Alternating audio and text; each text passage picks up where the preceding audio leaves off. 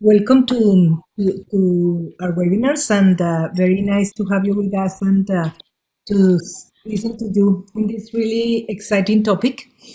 So, as usual, I will take note of any comments in the chat. I don't know if you would prefer to be interrupted or would you prefer to wait for the end? I think unless there's a question of clarification, let's wait till the end. Okay, perfect. Okay. So anyway, welcome everyone. Thank you for coming, for being with us. And I think, Allenna, it's all yours.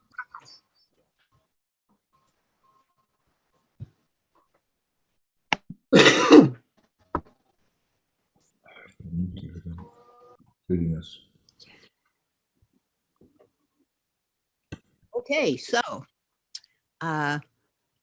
I guess we can start now. Next.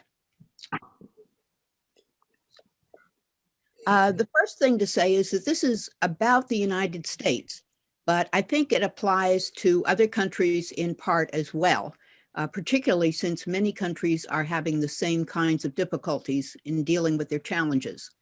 So one of the first things I look at are the homeostats. So the 3-4 homeostat, balancing the present and the future, the homeostat between autonomy and cohesion, and I think that's a real issue for the United States, the way risk and uncertainty are handled, the push and pull between fact, myths, and lies, the balance between individuality and collectivity, between urban and rural, between centralization and decentralization, and how different countries respond to climate change, globalism, and new technology. Next. I'm going to talk about the 5 systems at 2 levels of recursion, the United States and its government, and then I'm going to skip a level of recursion and go straight into the electoral process.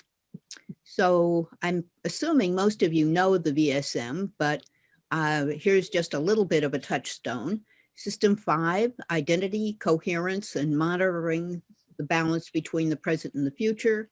System 4, maintaining models of the organization and its possible environments to adapt to the future. System 3, managing present operations for synergy. System 3 star, the audit function that zeroes in on specific investigations. System 2, damping oscillations and smoothing routine activities. And the System 1 operational activities that relate directly to their environments. So the United States is embedded in the world, and we'll deal with that, with its government politics. Next. So System 5 is the identity. Common to all countries are history, languages, constitutions, population demographics, geography and climate, civil rights, freedoms, culture, arts and food, and religions. But for the US, next.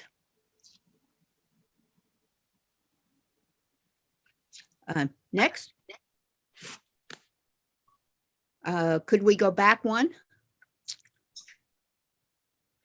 System 5 in the United States has to do primarily with identity issues.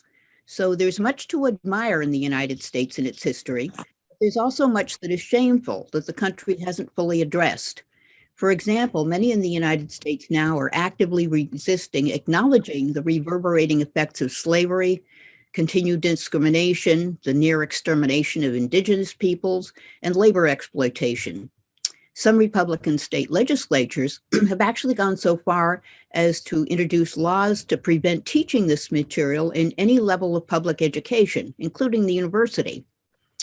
Others wish to accept and integrate this history and move forward.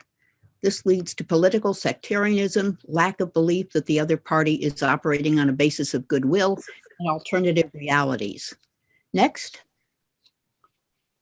System 4 for all includes a reasonably accurate model of the variety of the systems it's embedded in and a reasonably accurate model of itself, including its actuality, capability, latency, and potentiality for comparison purposes. It looks at the short, medium, and long-term future.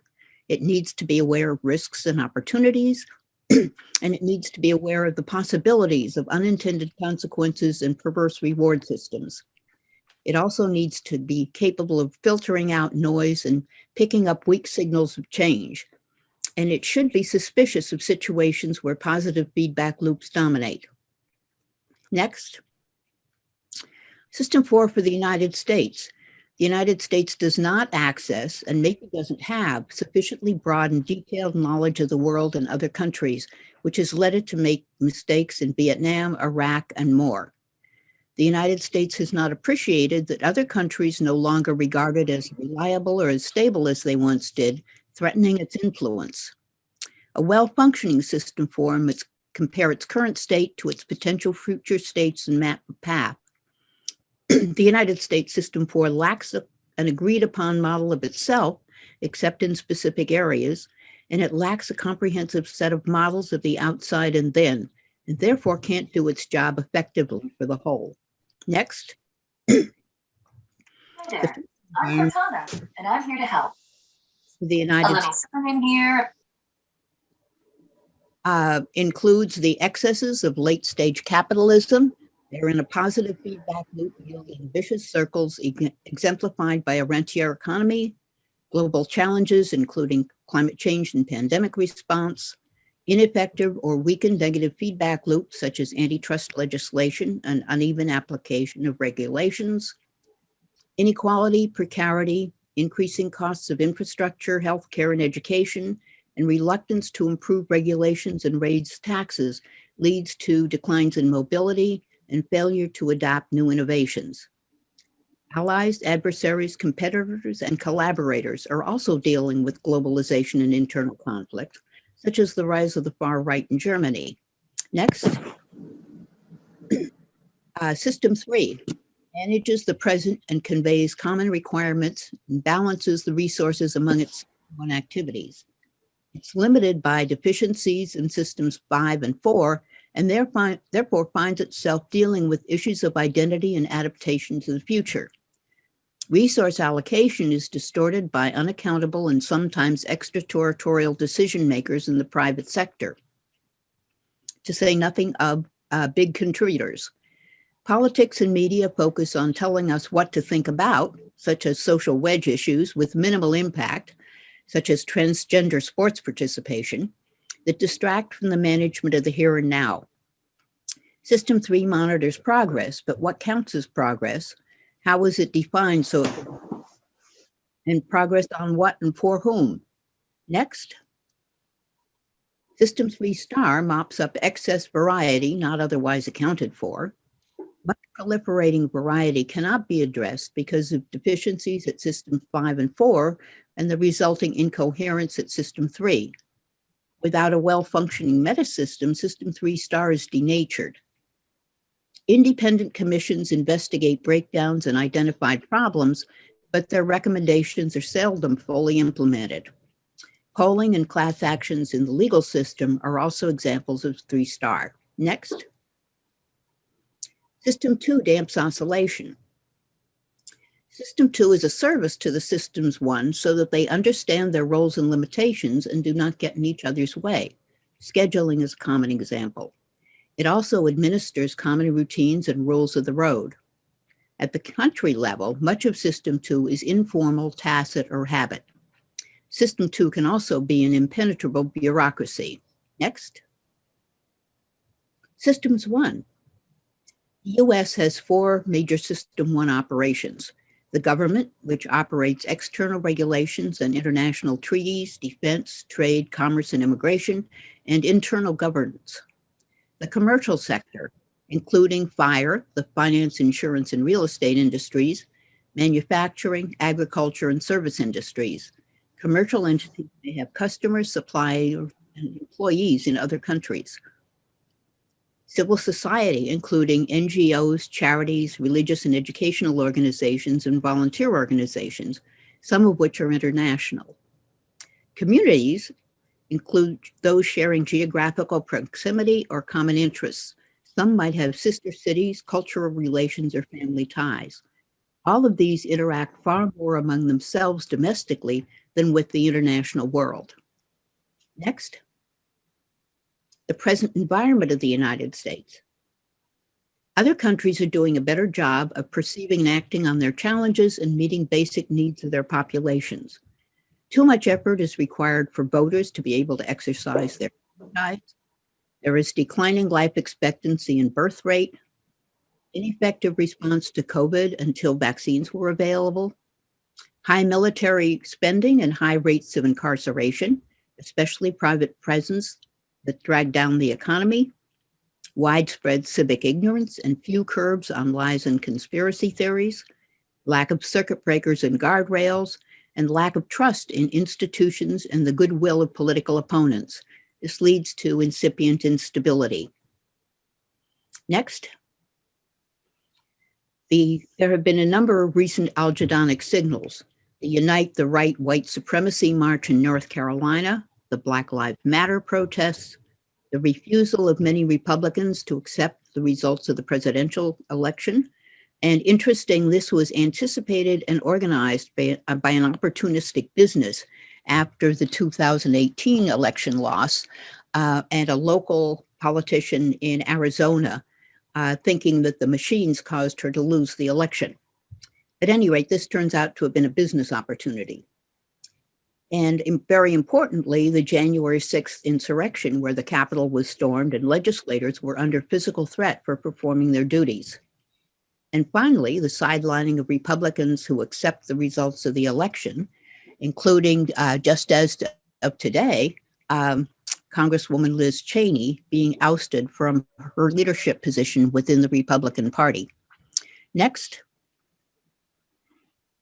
The next recursion is System 5 of the US government. Ultimately, as stated by President Allende, System 5 is the people who express their will through their votes, which may be very close. In the United States, the Constitution is System 5, although there are big differences in how this document from 1787 and its amendments should be interpreted. The office of the president with its staff plays a central role. This identity can and has swung wildly between administrations. The identity of the executive branch may not agree with the majorities in Congress or on the Supreme Court. The checks and balances recently have led to gridlock. Next. System 4. The United States government lacks a holistic approach to its future challenges and needs. Identified risks such as cybersecurity have been very belatedly addressed, and that's been a big issue recently.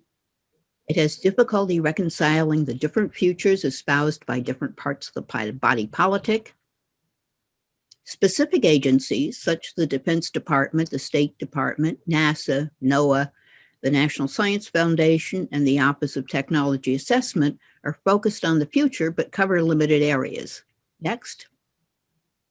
The outside and then of government. There are disturbing trends to further entrench the power of small states and minorities.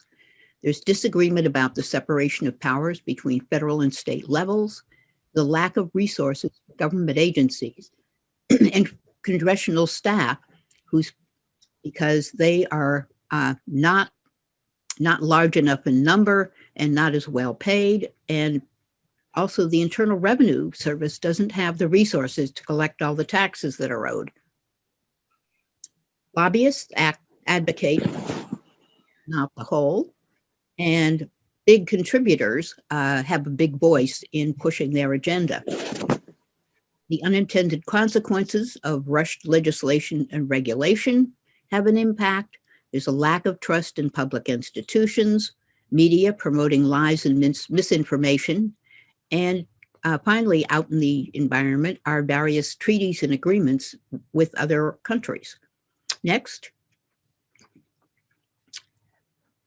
System 3 of the US government is shared by the executive and Congress, with Congress holding the power of the purse.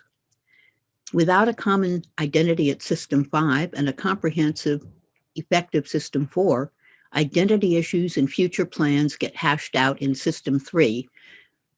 System 5 does not have a clear mandate to monitor the 3-4 homeostat, and time is wasted debating social wedge issues in the context of specific proposed legislation and budgets. Setting priorities for risks like white supremacy have only been added recently.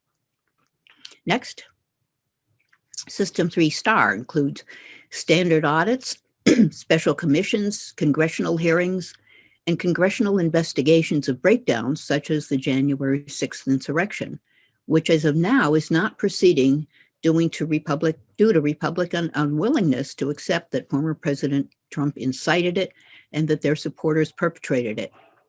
Next, System 2 of the U.S. government includes interagency consistency and cooperation, civil service protocols, implementation of protections such as against cyber attacks and criminality, dealing with issues of inconsistencies among states and between state and federal regulations, scheduling, unfortunate politicization of normal routines, and politicization and difficulty in applying things like public health measures, mask wearing and vaccination. Next, Systems 1 of the U.S. government include 8 departments from agriculture to housing and urban development, various agencies of the executive and legislative branches, 50 states from Alaska to Wyoming and the District of Columbia, a number of Native American tribes with limited autonomy, 5 inhabited territories, and electoral politics, the rules and authorities that are shared between federal, state, and local, which is county and municipal governments.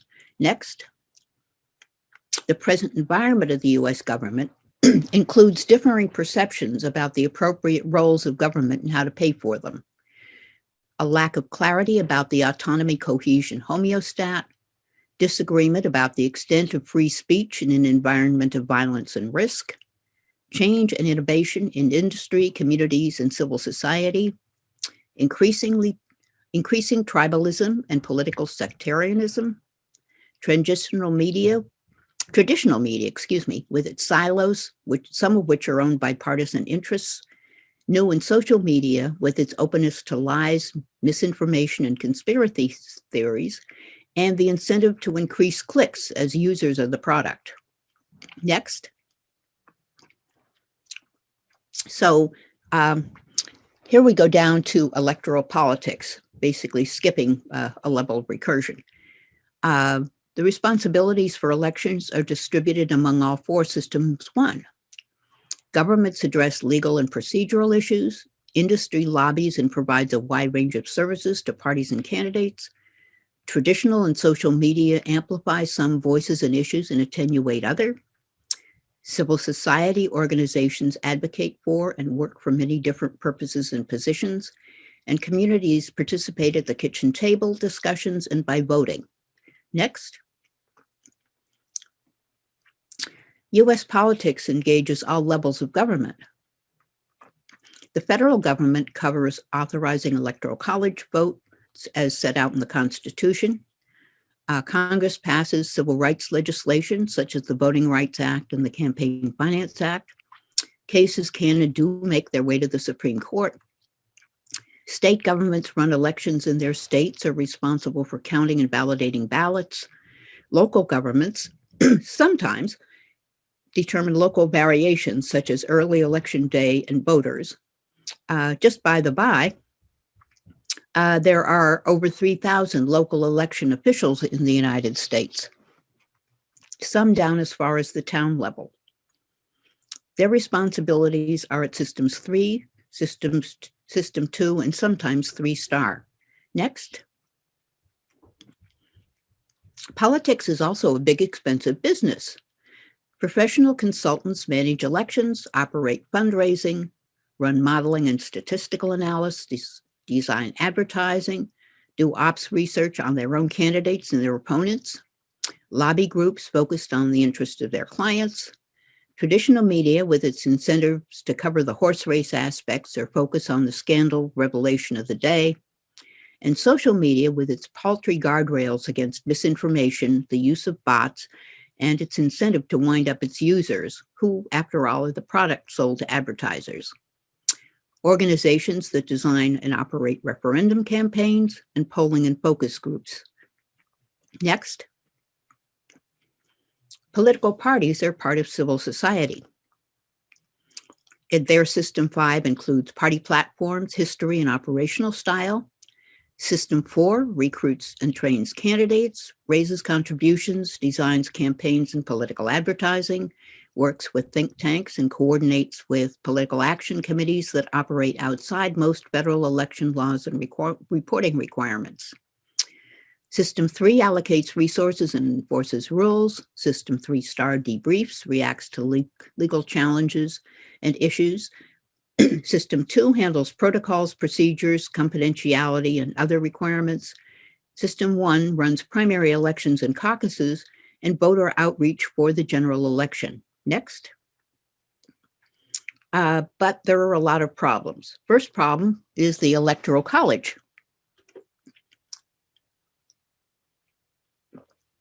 It was established in 1787 when the northern states wanted popular election for the president and the southern states wanted presidents to be appointed.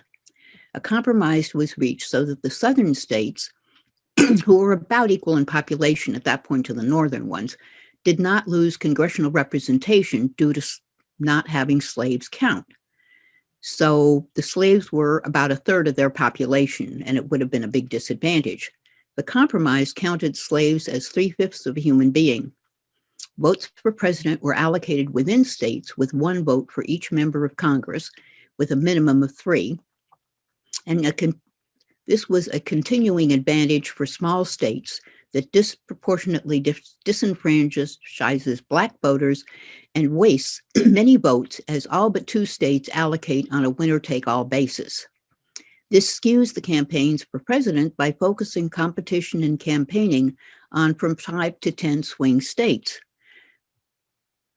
Twice in the past 6 elections, this has resulted in the election of a president who lost the popular vote. This introduces illegitimacy and instability into a democracy. It could be abolished by constitutional amendment, which is unlikely, or it could be mitigated by dividing electoral college votes by percentage, as is done with the nominating conventions, or by states voting for the popular vote winner by prior agreement. Interestingly, nominating conventions have absolutely no problem allocating percentage X to candidate 1 and percentage Y to candidate 2, and maybe there's even a candidate 3. Next. Problem number 2 is politicians picking their voters rather than the other way around.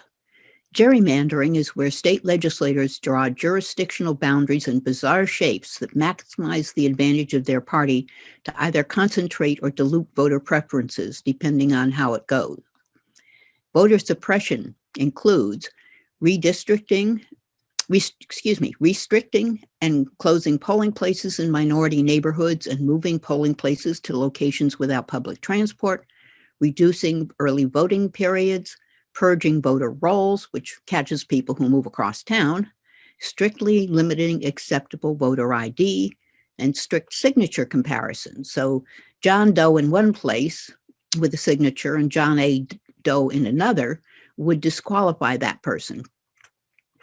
Banning felons from voting after they have completed their sentences or requiring them to pay back fines to vote, restrictions on mail voting and drop boxes, and perhaps most seriously, replacing election officials, which are a System 2 role, with legislators in a System 3-star role who may be very partisan and in the limit override election results. And finally, for human interest, forbidding giving water to voters standing in long lines. I realize, by the way, that I have not listed all the voter suppression methods. There are others too. Next. Problem number 3, money in politics. U.S. elections are a big and expensive exercise, over $14 billion in 2020. Political action committees don't have as high a level of limits or reporting requirements for donations to parties or candidates as donations to parties or candidates. They are essentially loose cannons. The Supreme Court recently decided in Citizens United that corporations were people with freedoms of speech and expression. This allows them to make large donations. There are insufficient protections against dark money, anonymous donations of unlimited size and source. Elected officials spend a big part of their time raising money for their next election, starting as soon as they take office. This restricts their already limited channel capacity to do their actual jobs. Well-funded lobbyists have outside influence because of limitations on staff size and pay, resulting in young staff depending on parental support, which reduces diversity, or second jobs. Next. Problem number 4 is primaries. Political parties run primary elections to determine their nominees in the general election or delegates to the national conventions. But only about 10 to 20% of eligible voters vote in primaries, as opposed to 50 or 60% in general elections. Primary voters are the most partisan, but not necessarily the most representative voters. Not all states permit independents, who represent about a third of the voting population, to vote. Incumbents have a big advantage in general elections, but are vulnerable in primaries to candidates taking positions to the right or occasionally to the left of the incumbents. Next. Problem number 5, lies and misinformation. Social media is a major offender as it has few circuit breakers or guardrails. It took a very long time for Twitter and Facebook to ban former President Trump, despite his using their platforms to spread lies and misinformation. Social media makes money by selling their users to advertisers, so anything that limits usage costs them money. Not everyone posting on social media is a person. Some are bots, or they may not be who they say they are. Social media has permitted conspiracy theories and calls to violence to be spread, although the calls to violence are being curbed now. The contention that the 2020 election was stolen, despite no evidence, has been promulgated without restriction, leading to a majority of Republicans say they believe it. Some media, sponsored by wealthy individuals, also spread lies and conspiracies. Many individuals only expose themselves to media silos that reflect or amplify their views. There are many fewer restrictions on cable and broadcast news, and talk radio, with its concentrated and conservative ownership, is very partisan. Next. So, where from here? Democracy in the United States is far more fragile than believed. If another would-be authoritarian with the discipline and drive of a Putin were to be elected, the outcome could have been very different. Can political parties effectively reduce variety and filter out dangerous alternatives, realities, and false narratives? An important question. Can efforts to replace state election officials with partisan state legislatures to monitor elections and count votes be turned back? And can the number of wasted votes delivered by the Electoral College and gerrymandered congressional districts be reduced? They, by the way, now do have mathematical ways of determining whether or not a gerrymandered district has an excessive percentage of wasted votes. Next. So, is democracy in the United States a viable system? I can only say I hope so, but never before was the Capitol attacked and legislators' lives put at risk. Has the minority and party in Congress refused to acknowledge the severity of the insurrection and the incontrovertible evidence of its perpetrators, delaying the necessary investigation and remedies? Never before has the loser of a presidential election refused to accept its results, no matter how unwelcome. Never before has the losing party continued to believe, without any evidence and with unanimous failures in court, that the election was stolen. And have real challenges, climate change, pandemics, etc., taken a back seat to frivolous and self-interested power plays. Next. And now, we can only hope that these indications of instability will be taken seriously and corrected before the next crisis of democracy. Addressing the imbalance between autonomy and cohesion would be a good place to start. Thank you.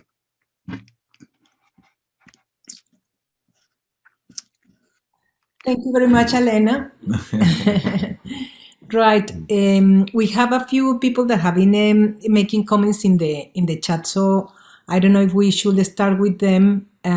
We have Hugh Lloyds. Hugh, would you like to comment? Thank you. Yeah, I was just trying to clarify about the partitioning of the systems, and I think I answered my own question.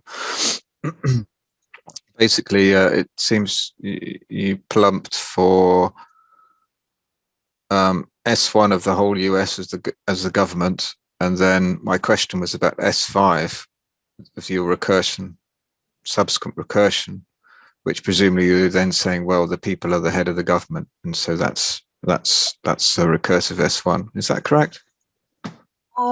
Yeah, I think that they are the ultimate S5, but the United States, the Constitution, which actually hasn't had any real meaningful changes in practically 100 years. There have been changes like lowering the voting age to 18, but they haven't been kind of direction altering changes. So we're really operating on some pretty old concepts, many of which are still valid, but also when the United States numbered about 13 million people, and now it's like 330. Yeah. I've just carry on. Just a slight carry on question from that, if I may. I think it should help with everyone interested in VSM. Just thinking on the top of my head, if I was trying to define my boundaries about how I approach the US, I think the first port of call for me would be say, well, perhaps I can define something like the US in terms of how it regulates itself. So I identified the main entity of regulation, and from that I can infer its boundary. So you went to the S1 of the whole system, an S1 of the whole system as the government. Was that just suited your abstractions, or was there reasons behind that? Well, I guess it's how I predominantly think of it, but when Stafford wrote Disseminated Regulation in Real Time, or How to Run a Country, about the project in Uruguay, he had roughly the same system ones. I separated out communities into communities and civil society, but that's the only change I made. So there's precedent for it. Right. Okay. But, anytime you do a viable system model, you can take different perspectives. And, one of the things I do in the workshops is look at how many different ways you can define the system one units and what their boundaries would be. Yeah. Well, very complex, obviously. And I was also thinking about scale and time frames. So you've got legal entities, for example. You could think of the legal entity as the regulator behind the US, as distinct from the government. So, but I'll be quiet now. Thank you. No, thank you. Thank you, Hugh. We have Trevor.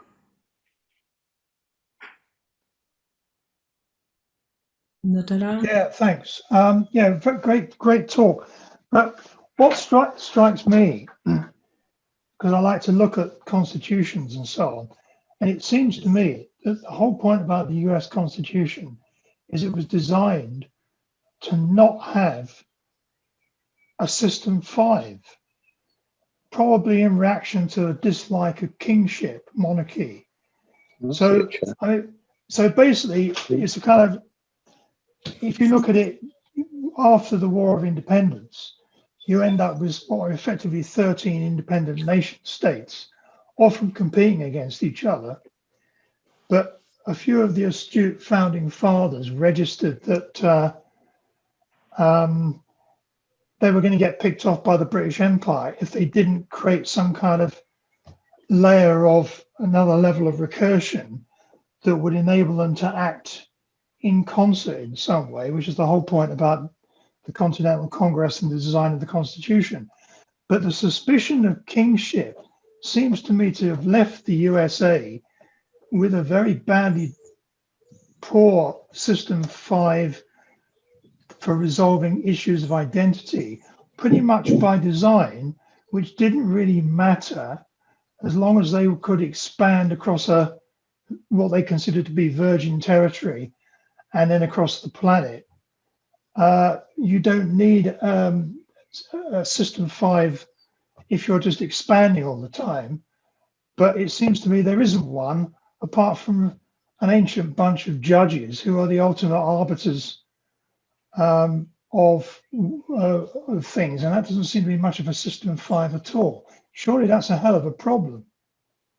Well, I think you put your finger on a problem, but there cannot not be a System 5, no matter how loosely it's organized. And certainly they didn't want to have a king, although that role has kind of been usurped to some extent by political dynasties and celebrities.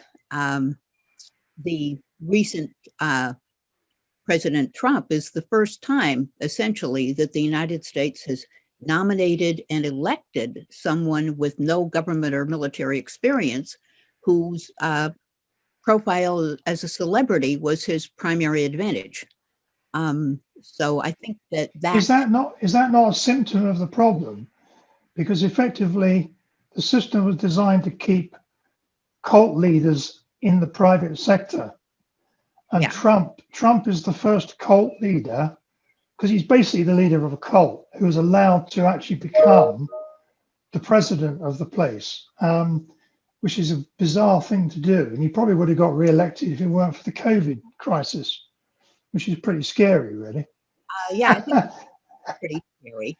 And the point about, if he had been someone as disciplined as Putin, it might have been very different. And particularly someone as disciplined as Putin would not have engaged in some of the politicization of the COVID crisis. But I think that if you're looking at System 5 as essentially providing identity and coherence, that is really a problem, because the United States has fallen down on the coherence aspect. And I think a big reason for that is its inability to accept the worst parts of its heritage. And there are a lot of them. When I was in high school, I quite early realized that it was a bunch of bollocks, because I lived in an area that had a lot of industrial accidents, and they were never mentioned. It was kind of like everything was airbrushed. And that is really not a good way to solve problems or to have an integrated identity the same way as an individual would be in psychiatric trouble if they'd done a lot of bad things but refused to acknowledge them or deal with them. Well, again, they can get away with that as long as they are expansionist.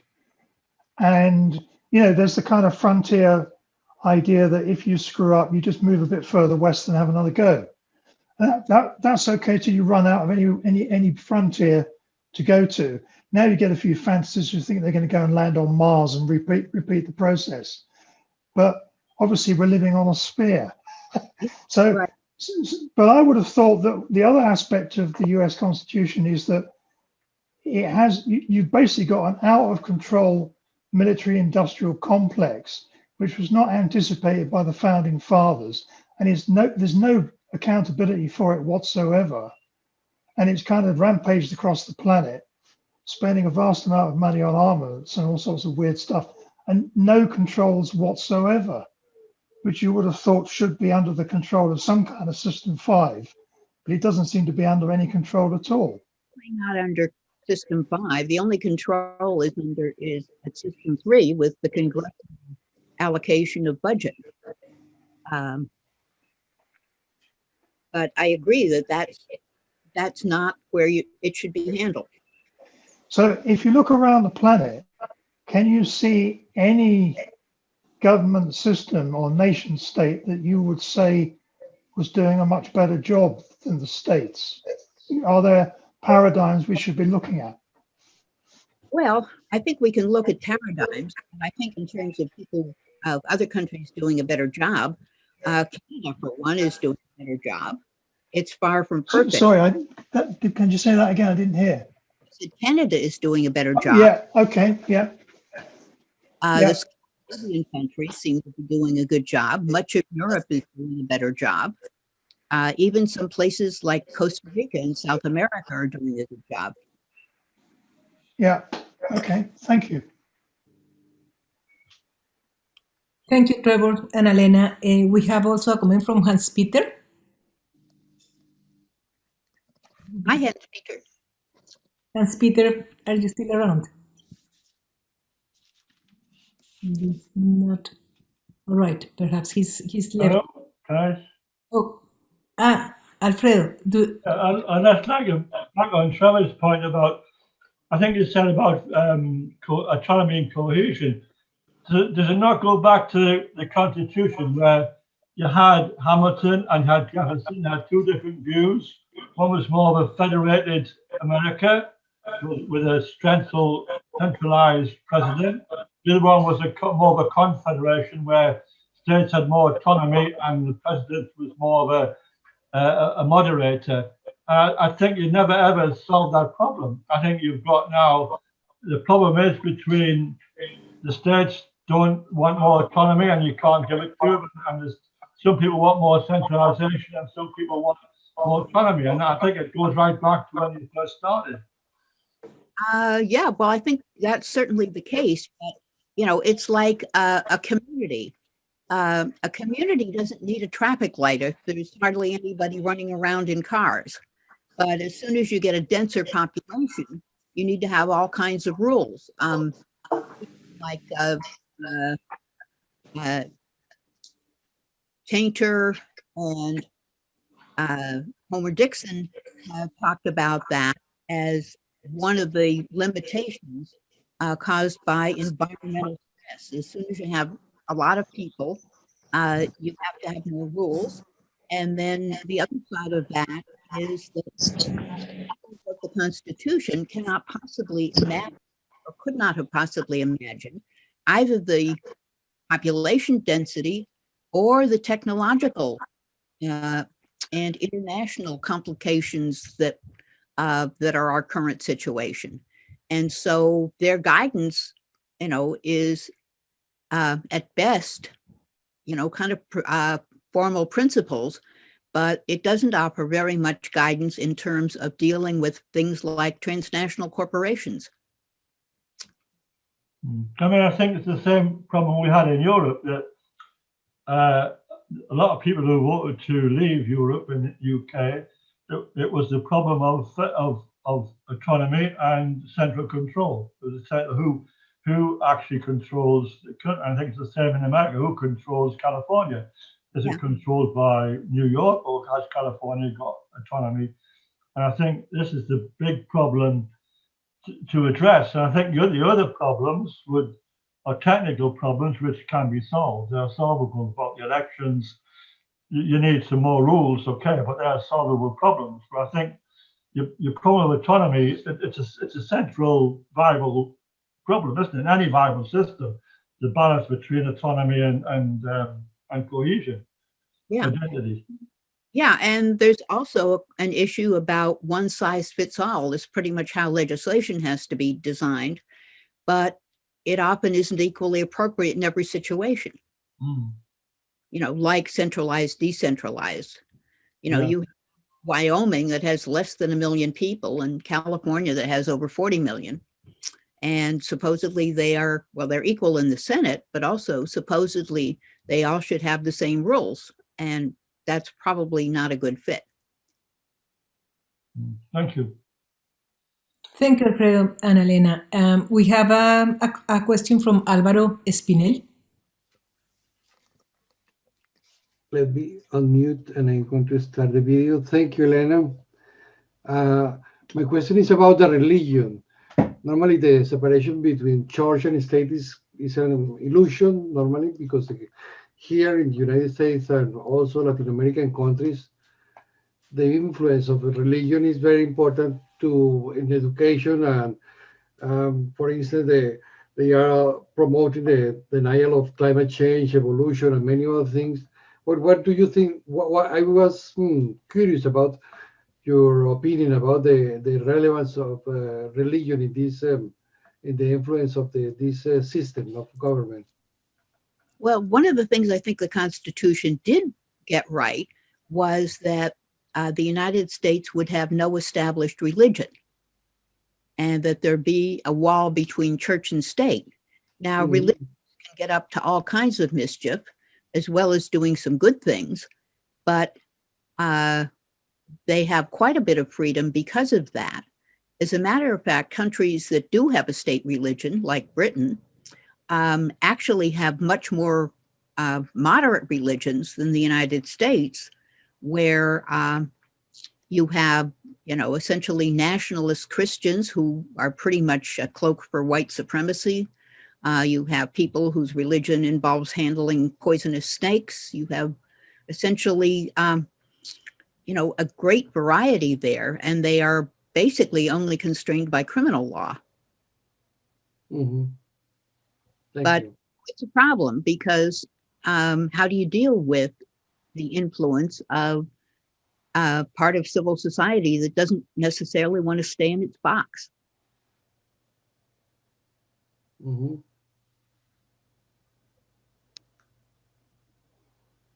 Okay, thank you.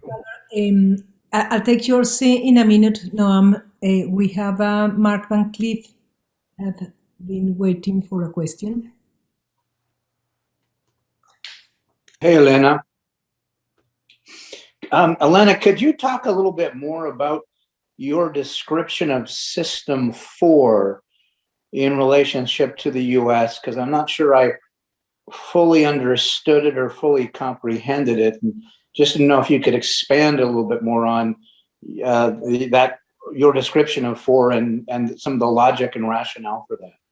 Well, I think the logic and the rationale is basically having to do with System 4 really can't do a good job unless System 5 is giving it good direction. And that is the System 5, I think, where the problem lies. But the other side of System 4 is that the United States does not have, and I assume has never had, a national planning office. A national what? Planning office. That would be looking at plans that would be appropriate for taking the country in a particular direction. It has had initiatives like educating the population or going to the moon or, any number of other specifics, but it has not had a solid basis for which System 4 could operate. And like, even a business organization, if you don't have a System 5 and a functional System 4, it all lands on System 3 to make the best of it as they can. And I think that that's why there's a certain amount of dissension on what should be, basically ordinary resource allocation issues. Right. And what would be your thinking, though, about the United States military? Because it's one of the most efficient and long forward planning entities in the world. And we have some of the technologies the world has today because of the U.S. Department of Defense and its research development around DARPA and all the rest of it. That's true, but they really don't have the remit that goes everywhere.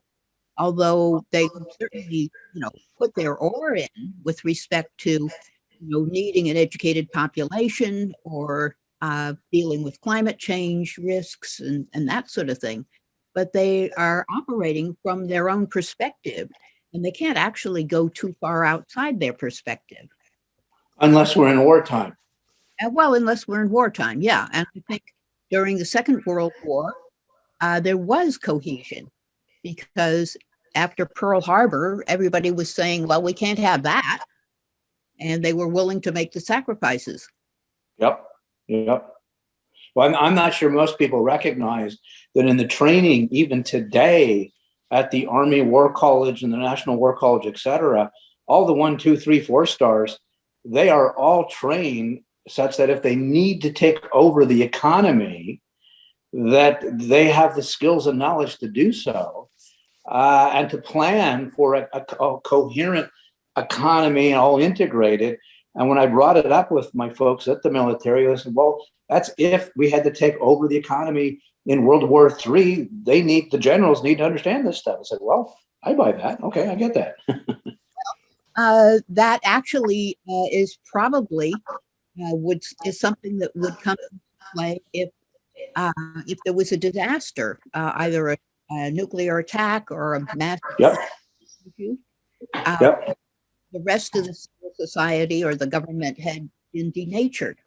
And you see a little bit of that where you send the army into, or maybe FEMA to deal with natural disasters. But it's a replacement function. True. Well, I mean, the only reason I brought it up is there was a couple of things in your description of System 4 that I like, but at the same time, from an intelligence point of view, the United States government has the biggest intelligence operation in the world of anybody. Yeah. And the question of how it gets used. But I think your great point is, without a good System 5 sitting on top of it, even if you've got a great System 4 like that, it doesn't matter. Yeah. And when the January 6th insurrection occurred, yes, the National Guard could not be dispatched until they gave the go-ahead from the Pentagon, even though Governor Hogan from Maryland and the people from the district were saying, help, it's out of control. And they were very lucky there because of, some of it was pure luck and some of it was the courage and resourcefulness of Capitol Police. But senators and representatives killed.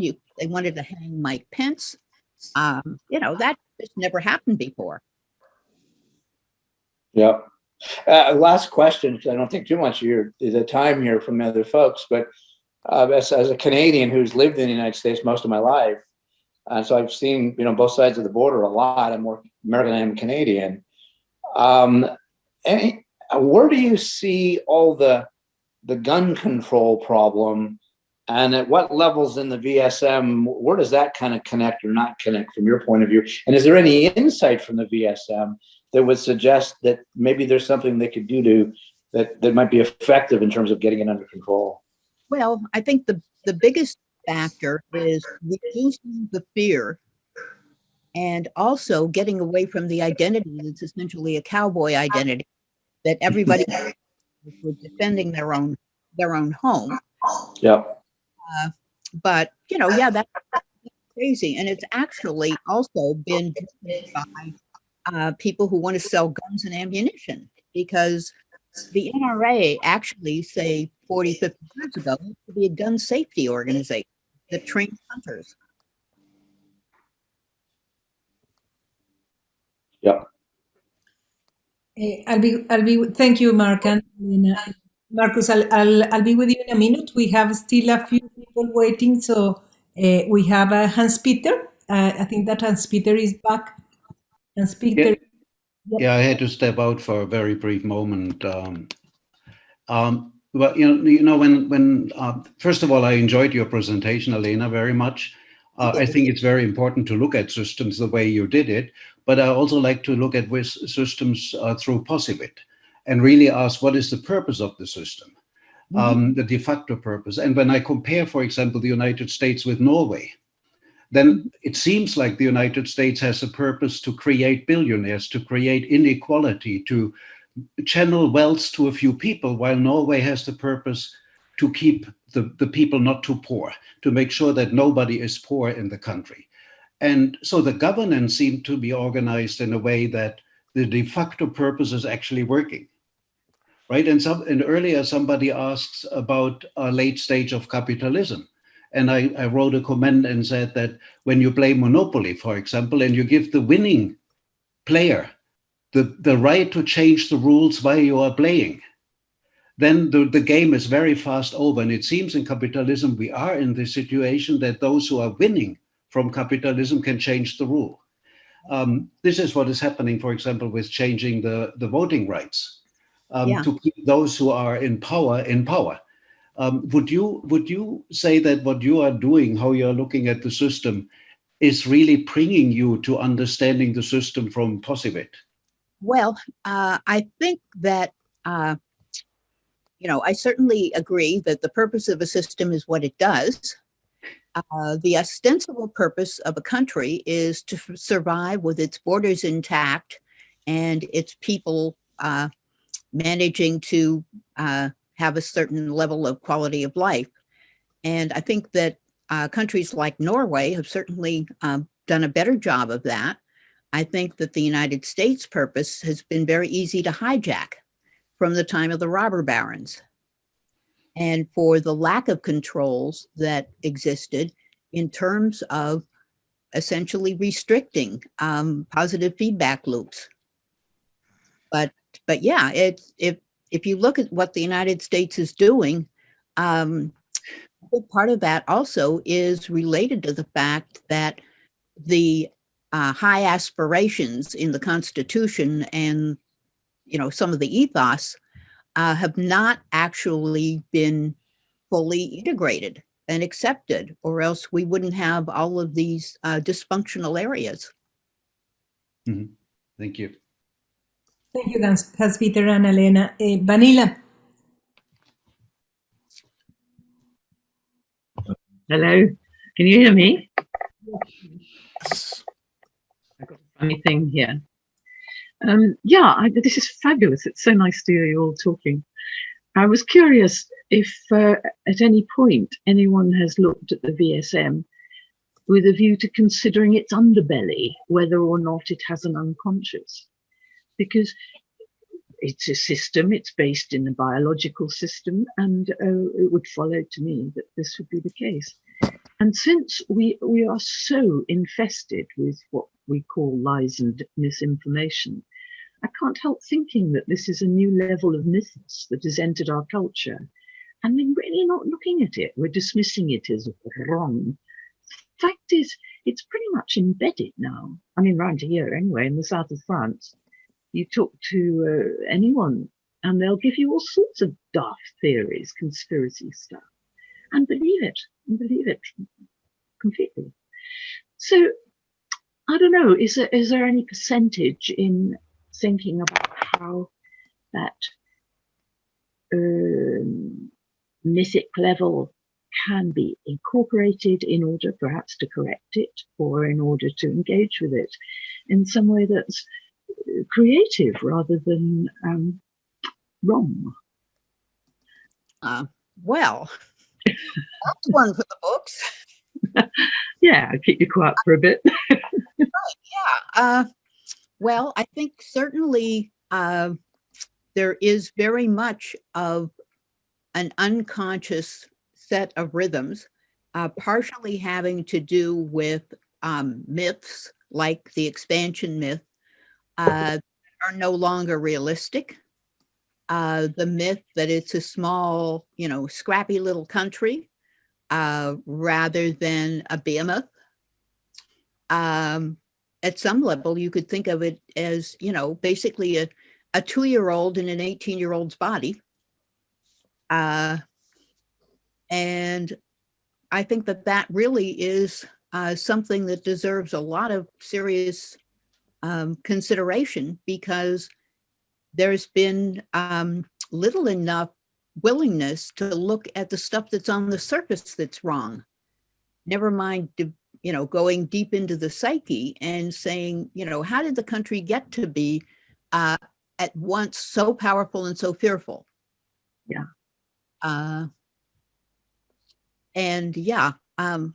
This would I've been trying to work out where in the VSM model which system this particular element of the system would sit. I think that's 4 and 5, right. Seeing seeing imaginary threats or building up imaginary threats. I thought it was curious that after the 9/11 attacks, that the United States built up a threat that was comparable or proportional to the reaction that they wanted or felt it was necessary to have. And so instead of going after, a group that probably numbered hundreds or thousands, they had to create, essentially a respectable level of arch enemy. Yeah. But yeah, I think that there's an awful lot of work to be done there. Looking forward to being able to start that discussion, over a bottle of wine and a good dinner. Thank you, Vanilla. Marcus, okay, go on. Thank you. Allenna, thank you for this brilliant talk with this very insightful diagnosis. I hope you'll make a book of it. Now, my question, you are writing here about the systems one, and you identify 4 system one operation for the US. And could you elaborate on this a little bit? First, what was the criterion here for this set? And what I find very interesting is that you always look at different perspectives on how to form or to delimit the basic operations. Could you tell us about a few of those which you considered in this case?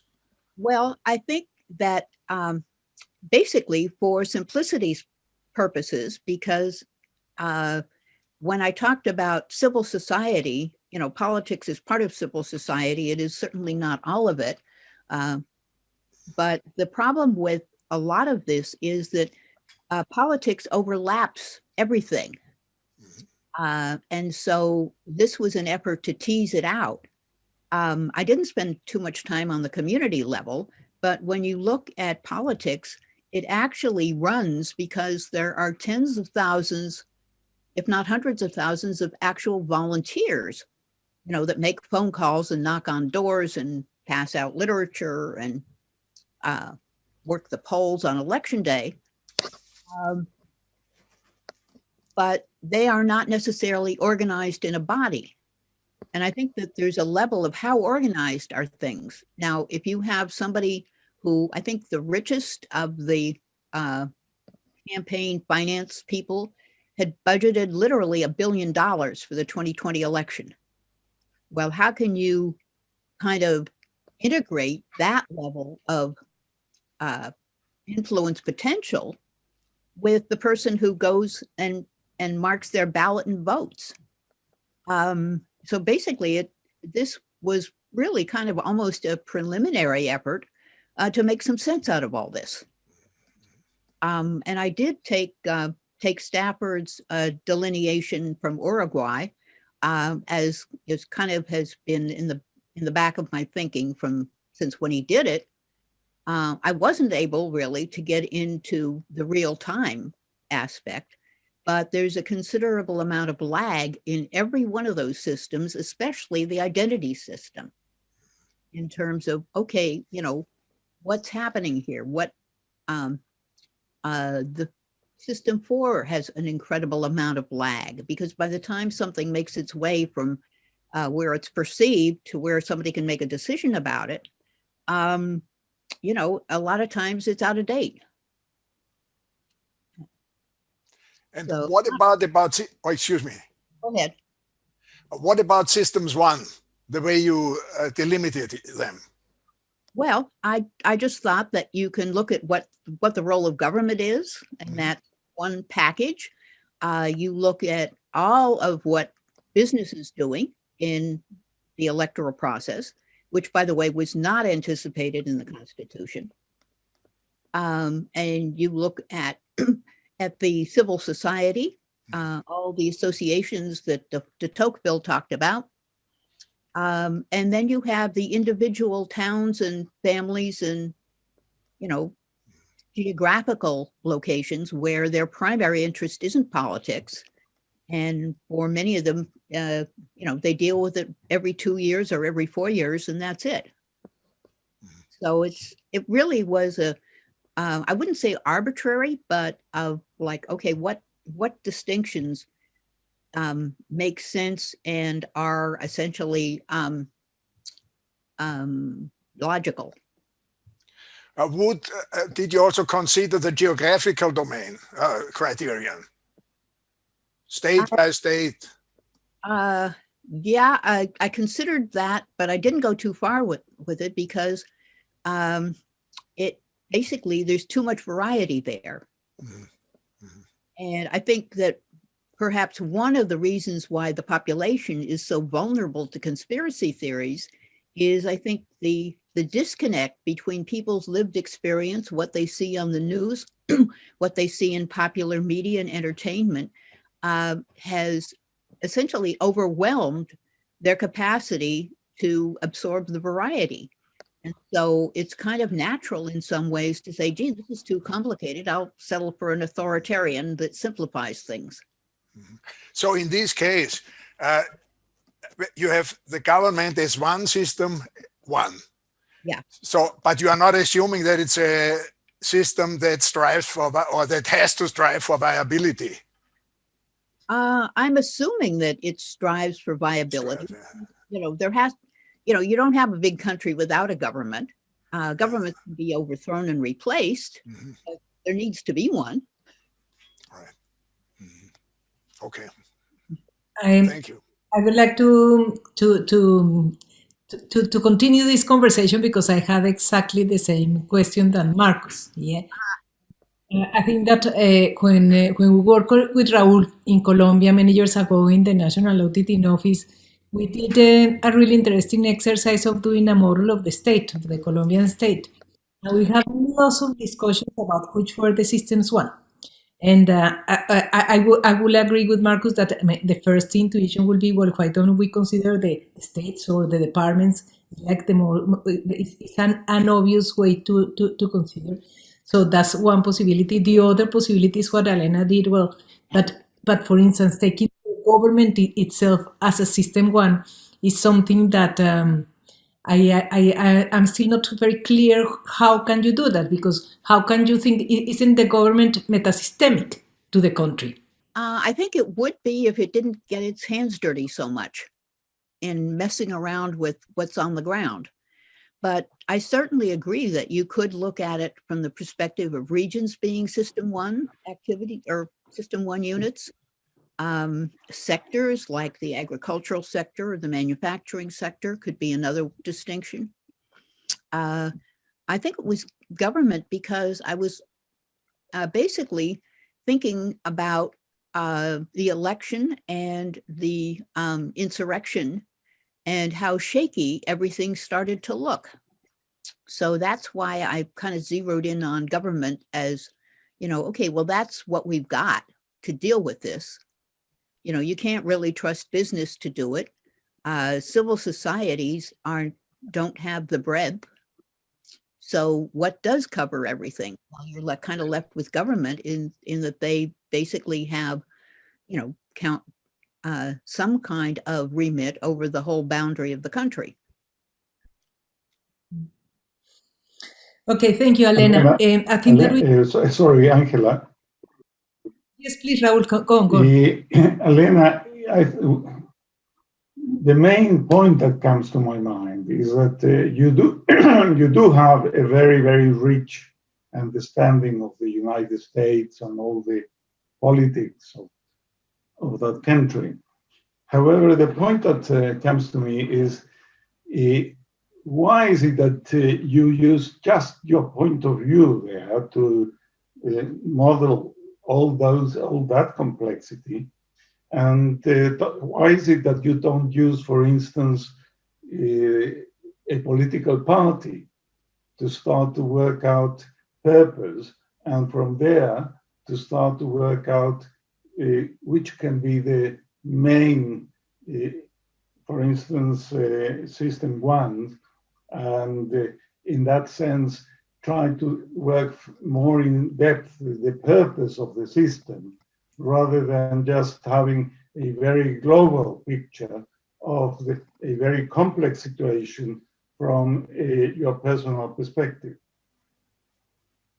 Well, I think that looking at it from the political party perspective certainly would have been one way to approach it. But the difficulty there is that as soon as you start looking at what a political party can do, you start running into how many ways does legislation either enhance or inhibit what the political parties are doing?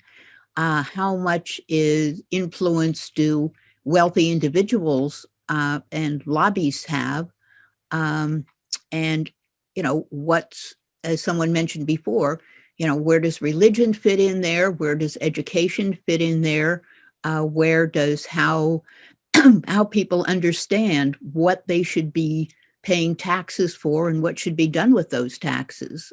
But precisely the point, Allenna, is that yes, you expect that all these questions to come and all these points, but who is going to give closure to these questions? Who is going to give the final view on that? If it is you, I think you're taking too big a job there.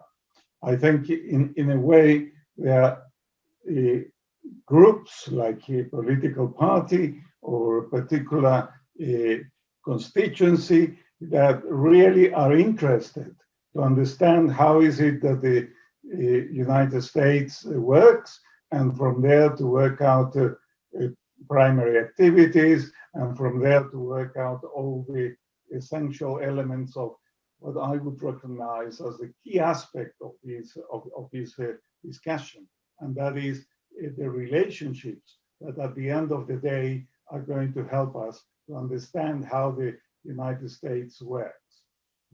So you're taking too big a role at this stage, in my view. Well, I certainly think that would be a valuable exercise if those other entities were to look at the purpose of the United States and how everything fits together. From a particular point of view, from a particular perspective. I have only my own point of view. And so that's what I relied upon. But I tried to remain within the guardrails of what the history and the boundaries are.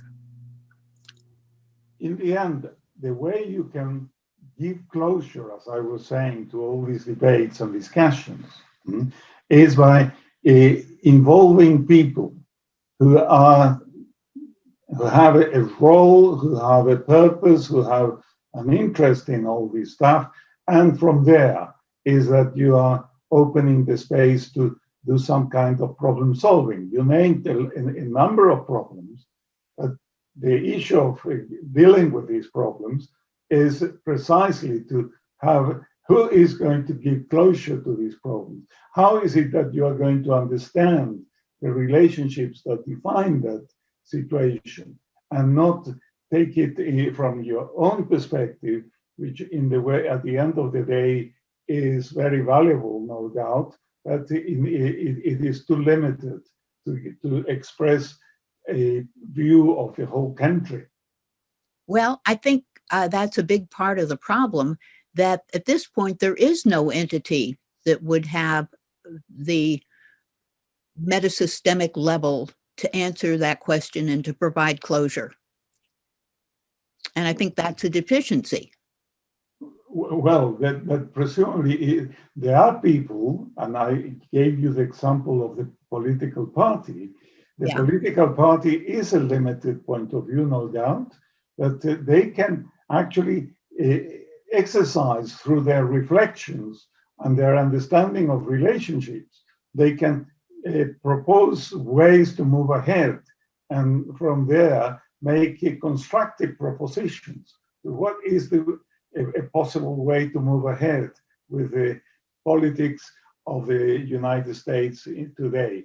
Otherwise, I feel it's too general.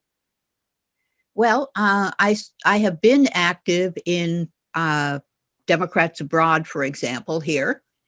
But one of the difficulties with political parties is, as they are currently constituted, they are very much system 3 oriented rather than system 4 and 5. They have get out the vote. They have, you know. Allenna, this is a diagnostic point, the one that you are making. And I am interested in hearing that. But when someone takes a particular role about the politics of the country, yeah, I would expect them to have an interest in the kind of values, the kind of purposes they want to pursue. And as a result of that, they start to work out which are the system fours or which are the resources required to support the different aspects of the development of the country. So that is, in my view, one aspect that I would include in the perspectives that you are taking now. Well, I think that's certainly a valuable direction. But right now, I think that there's so much underbrush that needs to be cleared out that we have a hard time seeing our way clear to what you're suggesting. I'm sure that we are also seeing very, very hazy environments and hazy things. But what I'm trying to work out is to put more people in the debates and discussions that you have brought up. Oh, so that as a result of bringing these different viewpoints, then we can propose things to work and to discuss the problems that you have recognized, which, as I'm saying, I find that they might be exceedingly helpful and good, but they need to have the wider perspective. But I'm going to stop there. Well, I would certainly welcome wider perspective and wider application of these questions. Okay, thank you, Raul and Allenna. Very interesting discussion. I think that the problem is so complex that definitely lots can be done, and especially in terms of methodology and approach to come up to be able to do some kind of robust diagnosis. We have 3 more people waiting. Noam, please. Noam. Hello. Thanks for a super talk. Lots to build on there. In terms of governance, in a general sense, the US differs from parliamentary systems in that we do not have an office or a department that represents the interests of the state as distinct from any political interests. I'm wondering if you see that as part of contributing to some of the challenges you identify, and if you would see something along those lines, certainly at the constitutional level, that might help remedy them. Well, I think that some of this goes back to the fact that they didn't want to have a king. And Stafford often commented that he thought one of the shortcomings of the United States is that the president was both the head of state and the head of government. Mm-hmm. Exactly. But at this point, I'm not really quite sure how those roles could be separated in the current system. Exactly. That's what I mean. At the constitutional level, it'd have to be something significant. Yeah, and I'm not, as you alluded to before. And particularly since we have a head of state here in Canada, but they have basically not been able to stand up to various prime ministerial actions. Basically a rubber stamp. When they show up at funerals and things like that. But the vice president in the United States has often done some of that ceremonial stuff. Mm. But the idea of a head of state, like is the case in countries that have kept their kings, like Britain, is that the head of state has a role and a tradition that's respected and valued, quite apart from who's sitting in that particular office. And I think that the United States quite deliberately designed that out of the system. And so, ways of compensating for that have not necessarily been effective. Mm-hmm. I have many of my students and a lot of my friends in America draw a blank when they try to come up with a distinction between an interest of the state as distinct from an interest of a political party, and that seems to me quite problematic, and part of the root of some of the issues you identify. Yeah, well, I think that that's the case, but I also there's an awful lot of misunderstanding. I mean, I saw something in the paper here talking about how how pleased they were from a conservative perspective that Queen Elizabeth delivered a conservative platform. Well, she didn't actually. That wasn't her platform. That was prepared for her by the government. Mm-hmm. But I think there's a lack of understanding of that. Sorry.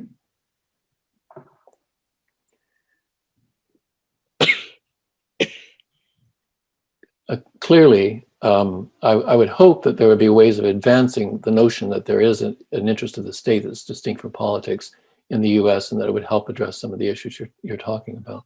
It's interesting now that there are threats to split the Republican Party among those who follow Trump and believe, or at least say they believe. Apparently, very few of them actually believe it, but some people who are going to follow him over a cliff, and people who say, hey, the Republican Party is supposed to obey the rule of law, and that they are basically going to the wall on that, which, is why Liz Cheney just lost her leadership position, is because she wouldn't accept that that Trump didn't lose the election, and she wouldn't accept that he had no role in the January 6th insurrection. And so, she's saying the emperor has no clothes.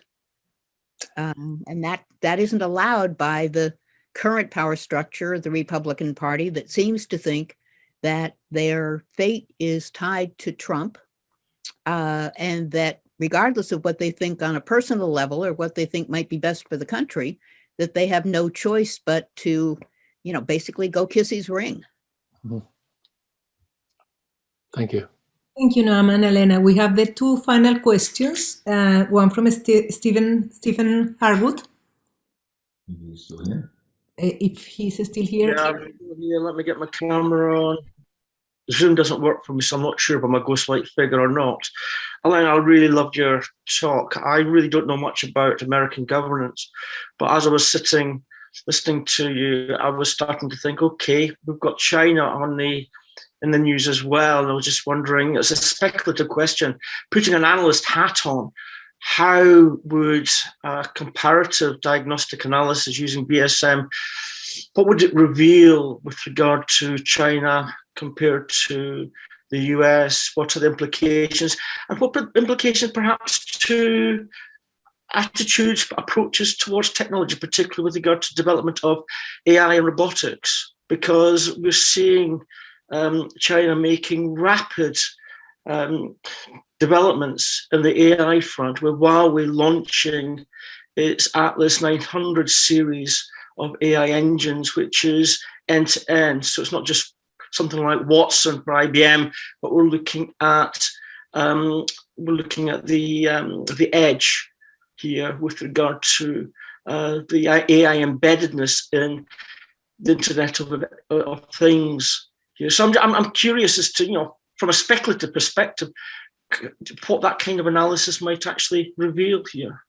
Well, I don't really know very much about how China runs. I know about its effect, that it really attempts to exercise influence outside of its own territory through commercial pressures and through buying up property and resources and things like lending money to other countries.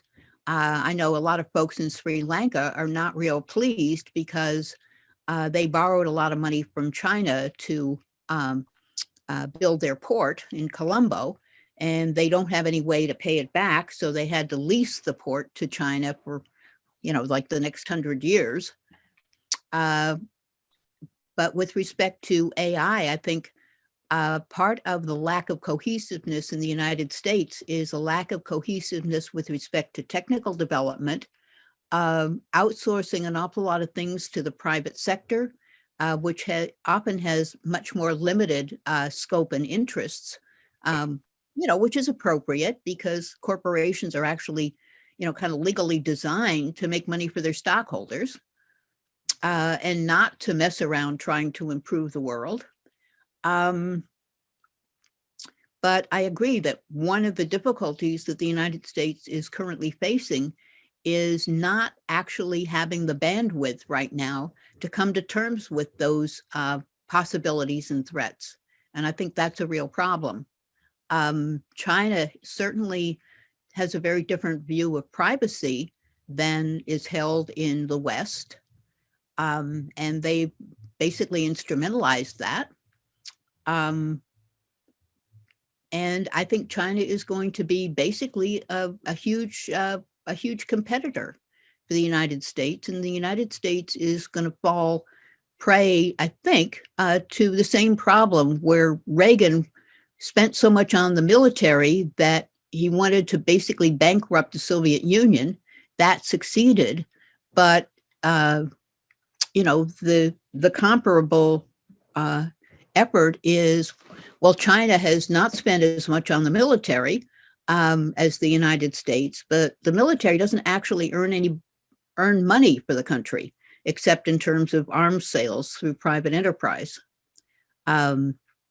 So I think it's something that needs to be explored, and I think that the challenges of AI and commodification of surveillance and a whole bunch of those issues are really important issues that System 4 actually ought to be dealing with in a very straightforward manner. Thank you. Thank you very much, Allenna and Stephen. The last question from John Waters, briefly, because we are running out of time now. Thank you. Oh, sorry, I didn't have a question. I was just commenting. Oh, well, would you like to comment? Yeah. Well, in that case, this is great, Allenna. Really interesting discussion, and thank you very much. Well, I think that if you don't have any final remarks, we can close the session. Okay, well, that's great. Thank you very much for listening. And, could you stay on a little while, because I'd like to have a look at the chat. I've been concentrating on responding to the questions rather than reading the chat. Yeah. I'll upload the recording, the video in the webpage, and I can send you a copy of the chat. Okay. Yeah. And Ian is saying, what about the slides? Well, I've sent the slides to Angela, and I'm quite happy to have them posted. Yeah, we'll post them as well in the website. Okay. Okay. Well, thank you very much. The next webinar is in 2 weeks, and then we will have Marcus Schoninger with us in the beginning of June. Okay. Thank you very much. Bye, everybody. Thank you, Allenna. Thank you, everyone. Thank you, Allenna. Thank you. This was so great. Thank you. Okay, let me have a quick look at the chat. Yeah. Go on. I'll say for you. Yeah. Okay, thank you. No,